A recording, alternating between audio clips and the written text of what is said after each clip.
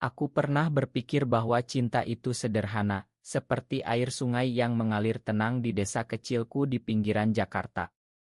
Tapi hari itu, ketika bayi kecilku menangis kencang tak henti setiap kali didekatkan pada kakinya, segalanya berubah menjadi badai yang tak terduga.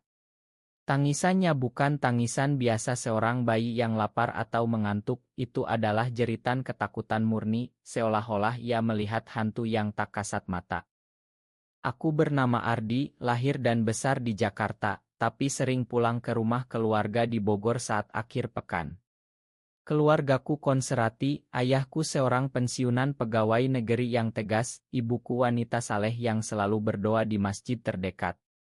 Aku satu-satunya anak laki-laki, dan sejak kecil, aku tahu ada sesuatu yang berbeda dalam diriku. Aku tidak pernah tertarik pada perempuan seperti teman-temanku.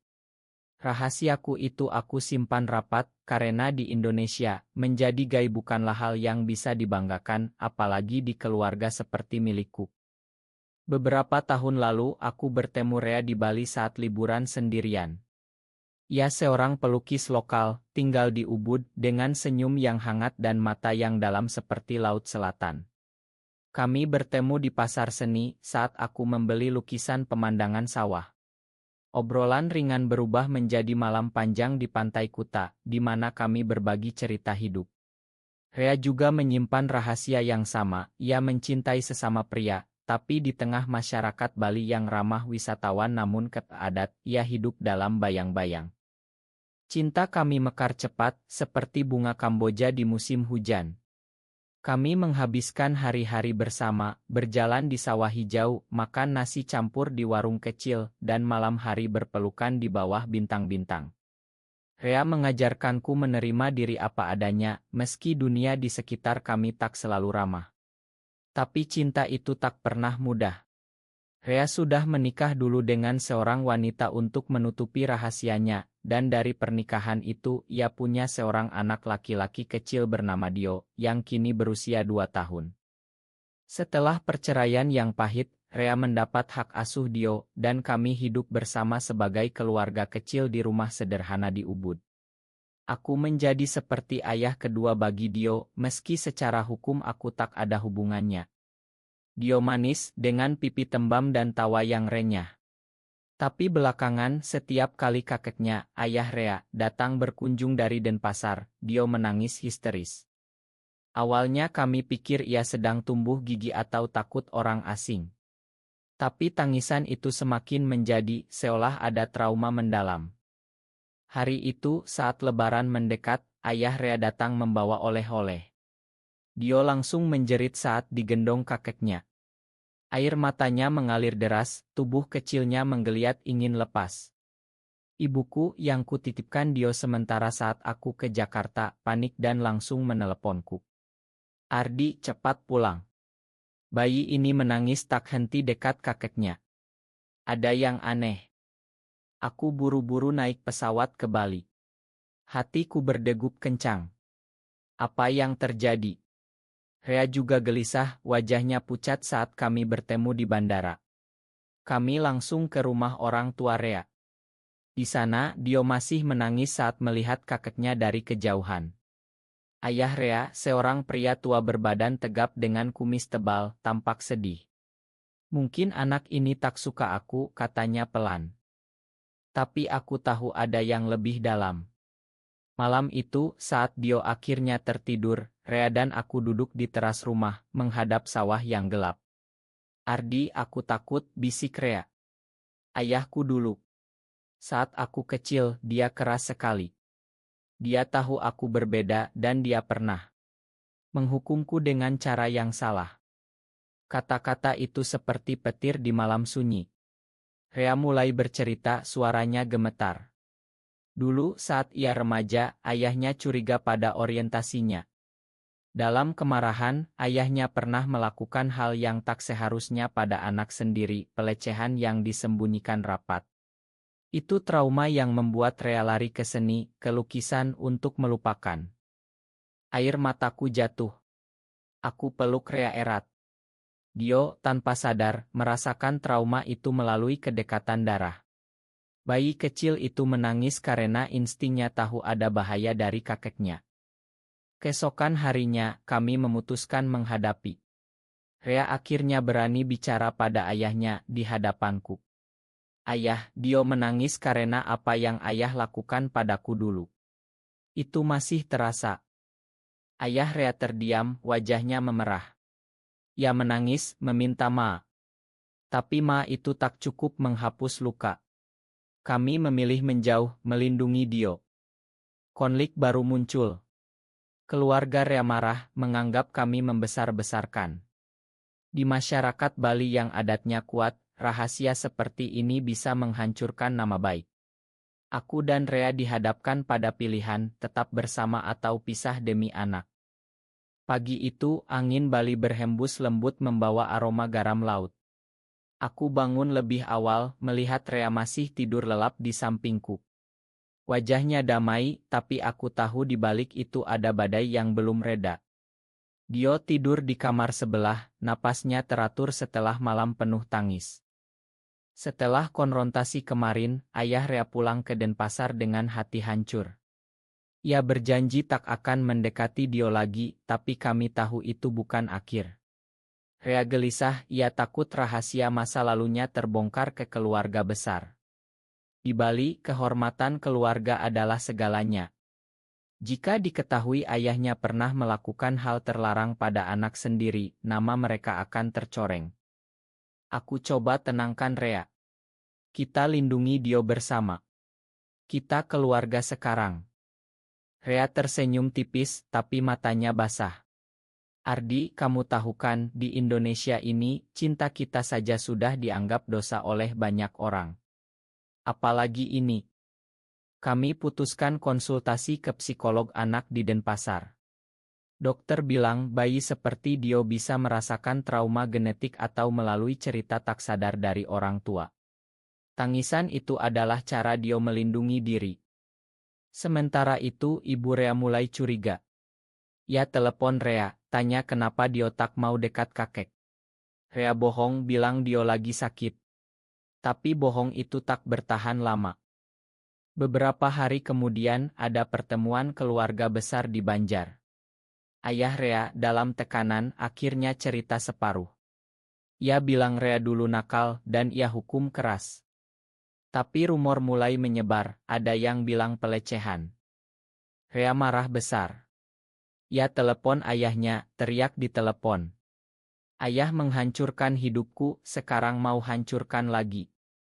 Aku pegang tangan Rea, coba redakan. Tapi di dalam hati aku takut. Jika rahasia kami sebagai pasangan gay terbongkar, kami bisa diusir dari masyarakat. Konflik memuncak saat saudara Rea datang ke rumah. Mereka tuduh Rea membesar-besarkan masa kecil untuk balas dendam. Kamu selalu berbeda, Rea. Dari kecil suka lukis-lukis, tak mau main bola seperti laki-laki lain. Kata berbeda itu seperti pisau. Rea akhirnya meledak. Ya, aku berbeda. Aku gay. Dan Ardi pasanganku. Ruangan hening. Saudaranya terkejut, ibunya menangis. Mereka pergi dengan marah, bilang kami membawa malu. Malam itu, Rea nangis di pelukanku. Ardi, mungkin kita harus pisah. Demi Dio. Hatiku hancur. Tidak, Rea. Kita hadapi bersama. Tapi tekanan semakin berat. Ada ancaman dari tetangga, bilang kami tak pantas besarkan anak. Dio mulai sering sakit, mungkin karena stres rumah tangga. Aku putuskan hubungi organisasi di Jakarta yang pernah aku kenal secara online. Mereka sarankan lapor polisi soal pelecehan masa lalu, tapi Rea ragu. Itu akan hancurkan ayahku sepenuhnya. Kami terjebak antara pengampunan dan keadilan. Hujan deras mengguyur Ubud malam itu, seperti air mata langit yang tak henti. Aku dan Rea duduk di balai-balai, mendengar suara tetesan di atap daun. Dio tidur nyenyak setelah minum obat dari dokter. Setelah ledakan rahasia, keluarga Rea memutus hubungan. Ibunya hanya kirim pesan, kembalikan Dio ke kami. Anak itu butuh keluarga normal. Kata normal itu menyakitkan. Apa normal itu? Bagi mereka, normal adalah pria menikah wanita, punya anak banyak. Tapi bagi kami, normal adalah cinta yang tulus, meski pada sesama. Rea semakin pendiam. Ia lukis lebih sering, kanas penuh warna gelap. Aku tahu ia sedang berjuang batin. Suatu hari, ada surat dari pengacara keluarga. Mereka mau rebut hak asuh Dio, dengan alasan Rea tak layak karena orientasinya dan trauma masa lalu. Hatiku panik. Kami konsultasi lawyer di Denpasar yang ramah hukum.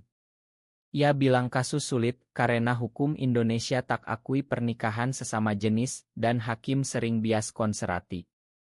Kami mulai kumpul bukti, rekam medis Dio, testimoni psikolog. Tapi yang terberat adalah menghadapi ayah Rea di pengadilan nanti. Rea akhirnya setuju lapor pelecehan. Demi Dio tak alami hal sama. Polisi datang, ambil keterangan. Ayah Rea ditahan sementara. Berita menyebar di kampung, nama keluarga hancur. Ibu Rea datang ke rumah, menangis minta maaf.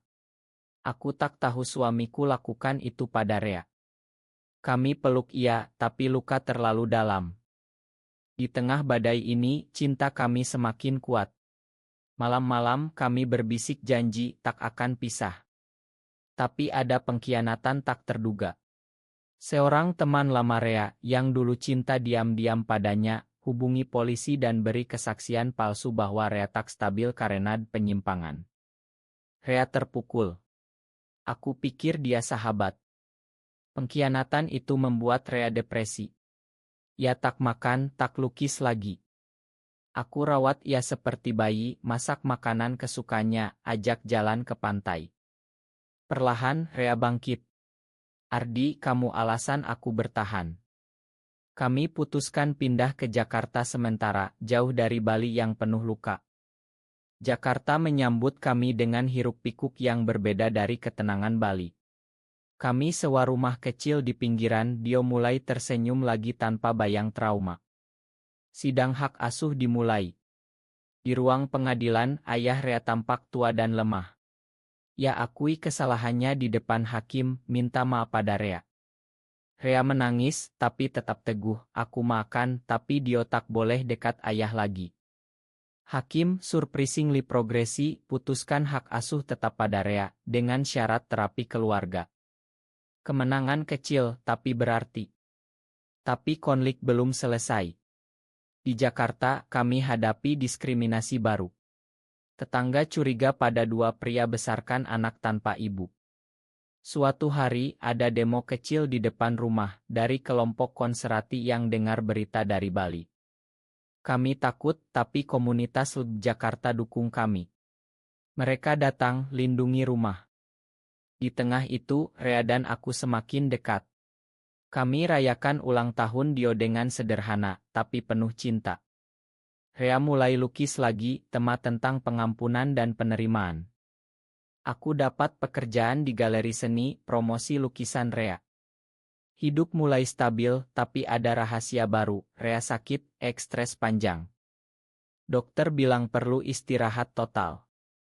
Aku rawat ia, seperti ia rawat hatiku dulu. Waktu berlalu, Dio sudah 3 tahun cerewet dan pintar. Ia panggil aku Papa Ardi, Rea Papa Rea. Kata itu hangatkan hati. Rea sembuh perlahan, kami kembali ke Bali tapi rumah baru, jauh dari keluarga lama.